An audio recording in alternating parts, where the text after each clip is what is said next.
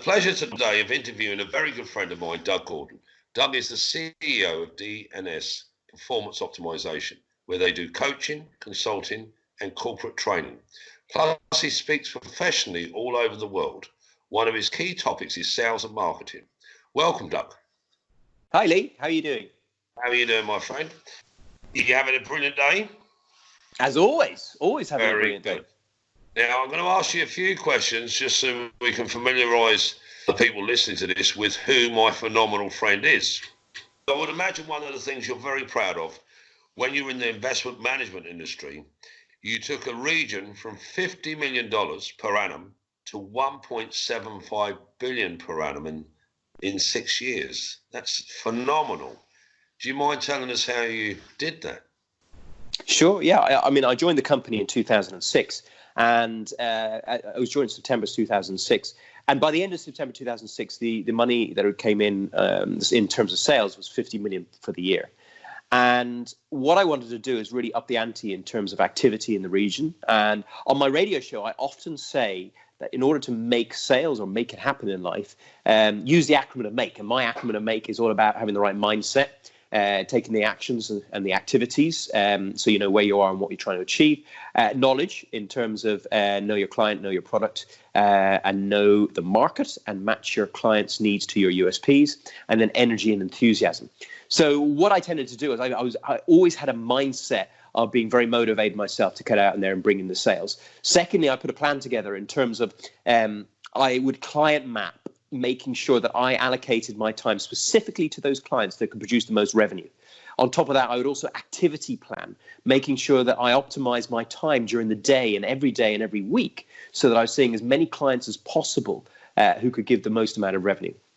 Then on terms of knowledge, as I said, you need to know and understand and research your clients really well and understand what they're looking for so that you know their needs and you know what they've bought in the past. And then you can match their needs to what you have in terms of USPs. And then it was all about energy and enthusiasm. And, I built up, it was all about building up good relationships with these people, building up proper trust with these people, and really providing added value. And the added value included talking in those days about markets, about industry, about politics, and then obviously about products as well.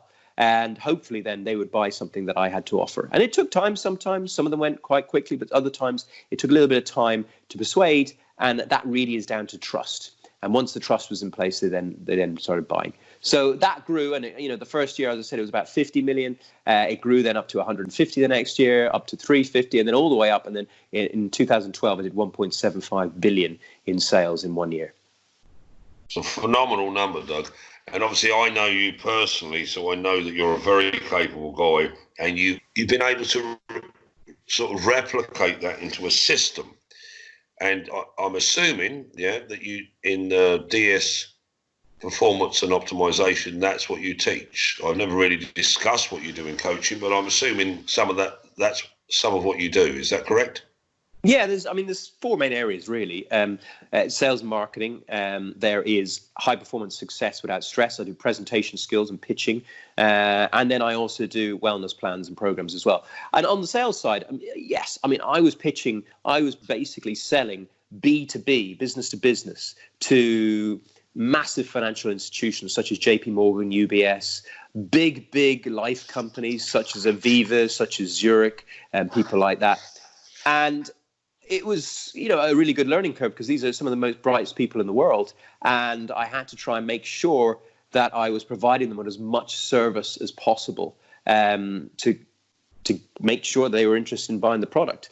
So, it was a lot of work. And in terms of the system that I have in place, I have a sales course. And on the sales course, I have specifically put down what did I do to get each individual big sale with each individual company?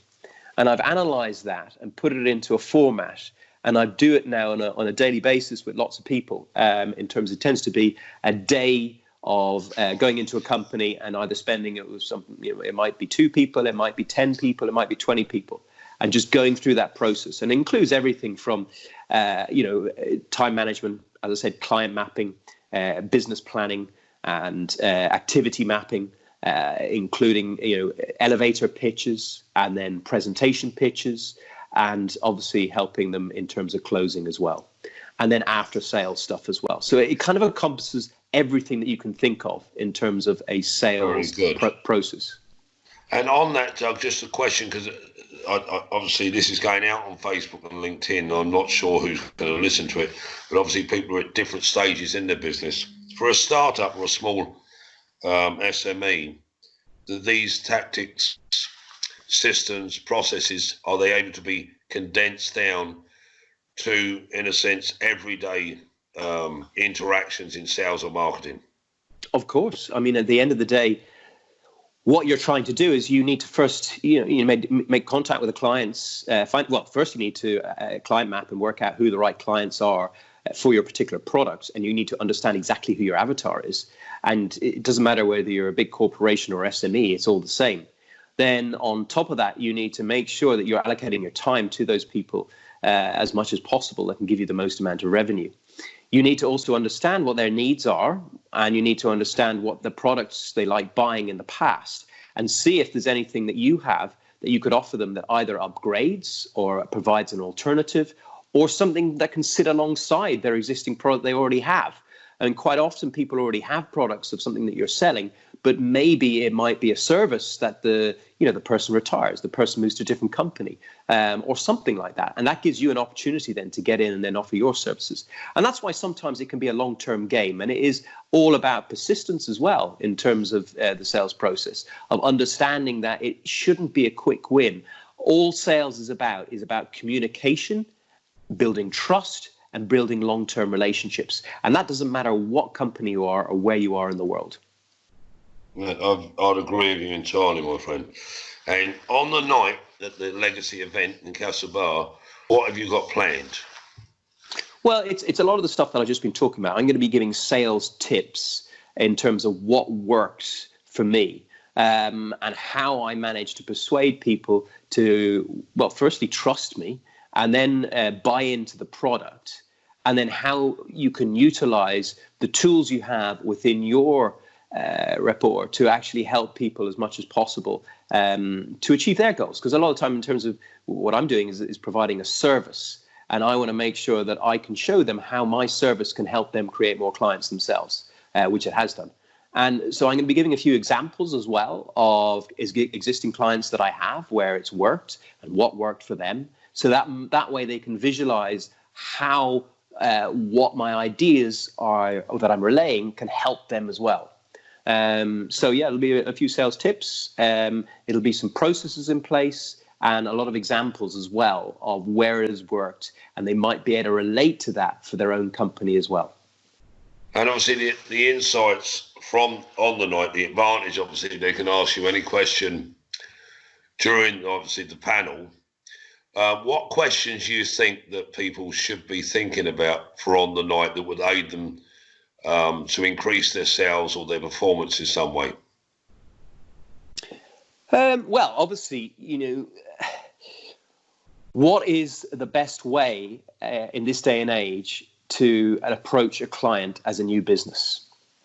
And actually, I can answer that quite quickly. It's still, regardless of digital marketing, which I think is very important, and regardless of using social media, you cannot beat face-to-face communication and being inside of someone's office and actually, being within their presence. Because by creating true human connection through face-to-face contact, that's where you create long-term relationships. It's not down to social media. It's not down to emails. It really is down to the old-fashioned shaking of that person's hand and looking them in the eyes and really connecting on an energetic level. And that's a very good point, because something you said there, which I think from my perspective would be a very valuable insight, is that a lot of people in the market today think about the front end sell and not the retention, not the relationship, not the longevity in the relationship, as in the lifetime value of the customer. A lot of people are thinking about selling one thing or taking that order, where I know from knowing you, Doug, that you're very much into the relationship and the authenticity of the relationship, serving the customer to the highest standard. So Sorry, go on.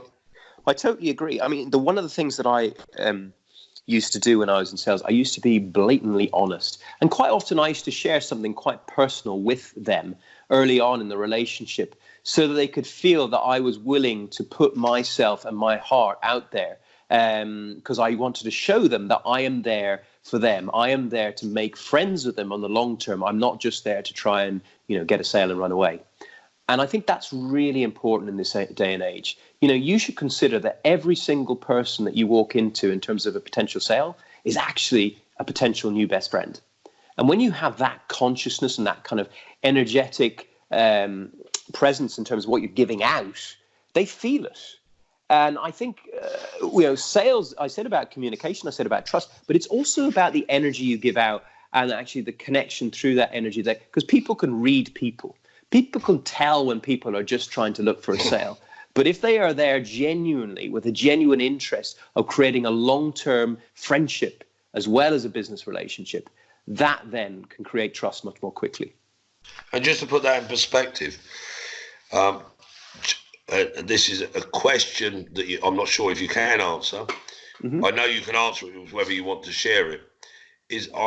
Some of the presentations you've done where you sold from, just give us an idea in sales on one presentation, if you can, as in the number.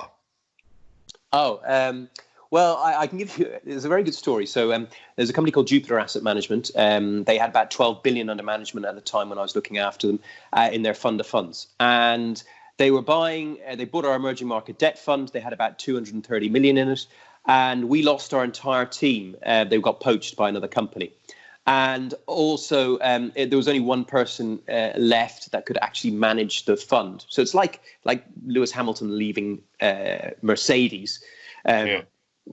So in that point, obviously, my CEO at the time thought that the business would go.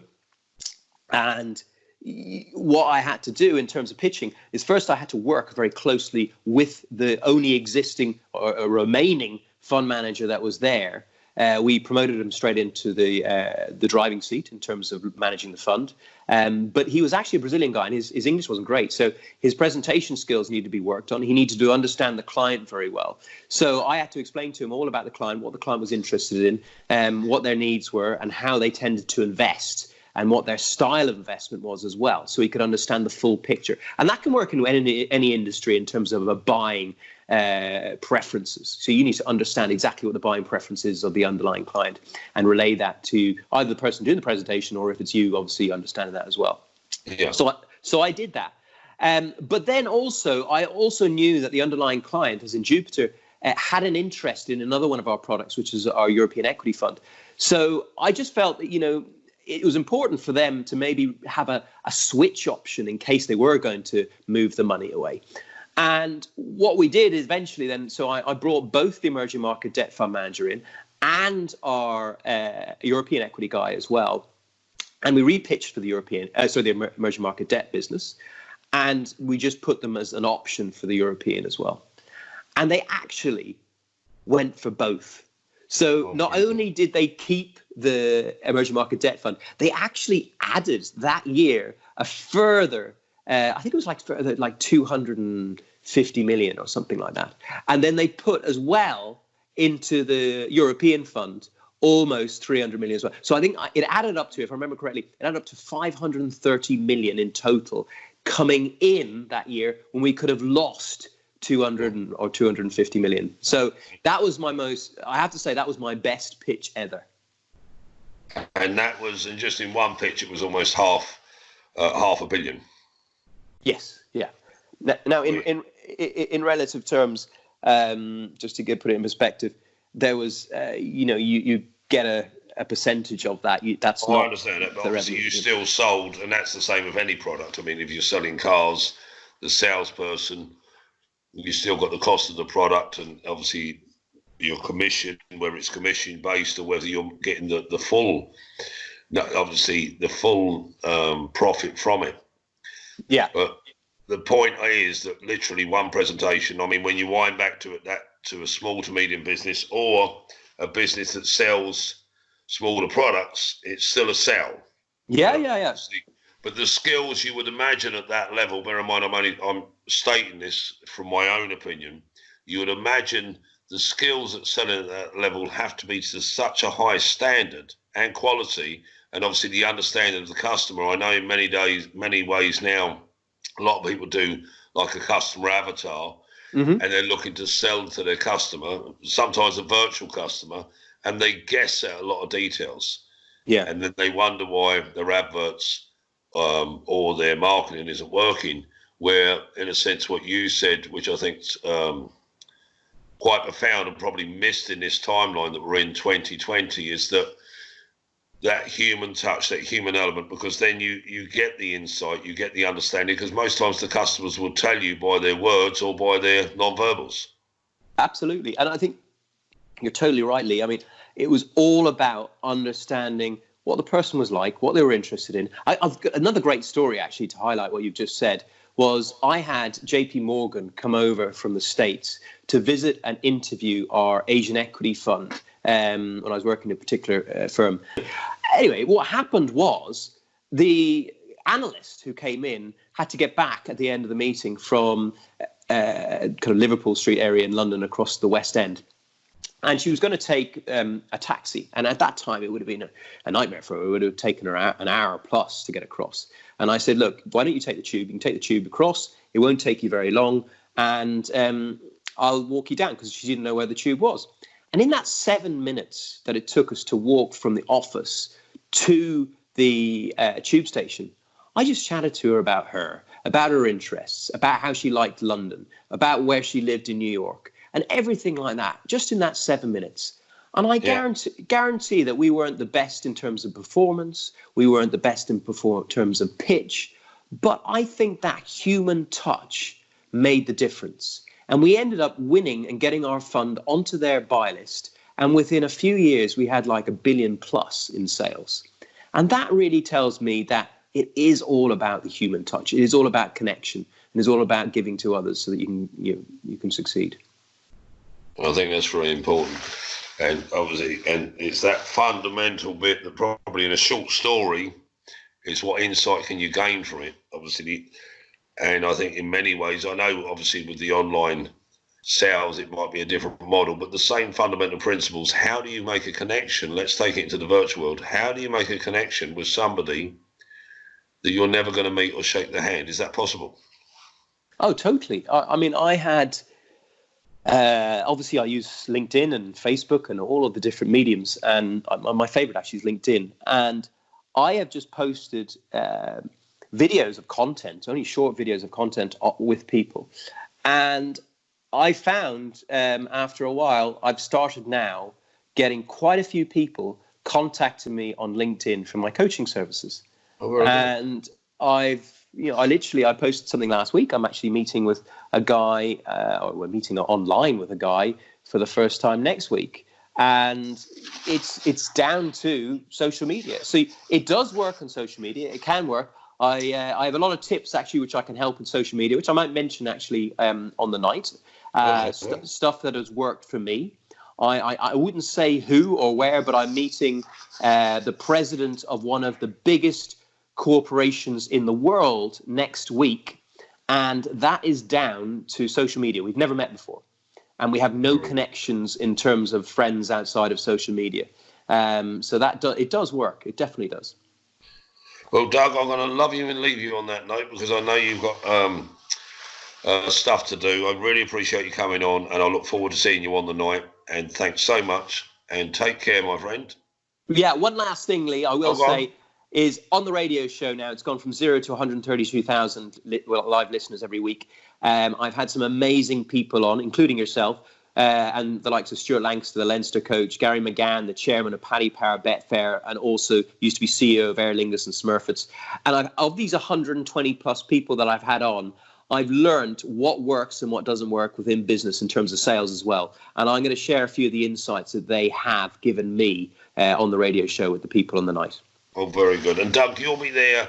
Obviously, we've got the event and we've got the structure of that, but you're going to be there a little bit earlier to meet and greet when we're doing a bit of networking. And obviously, after the event's over at 10. Are you able to stick around in the bar maybe for a half an hour or so just to... Yeah, I'm going to stay over. So yeah, I'll be there. Looking forward to meeting everybody. Brilliant. Doug, thank you so much, my friend, and I look forward to seeing you. You and I talked beforehand, but I'm looking forward to seeing you on the night. Cheers, Lee. Take care. Take care, buddy. Bye-bye. Bye.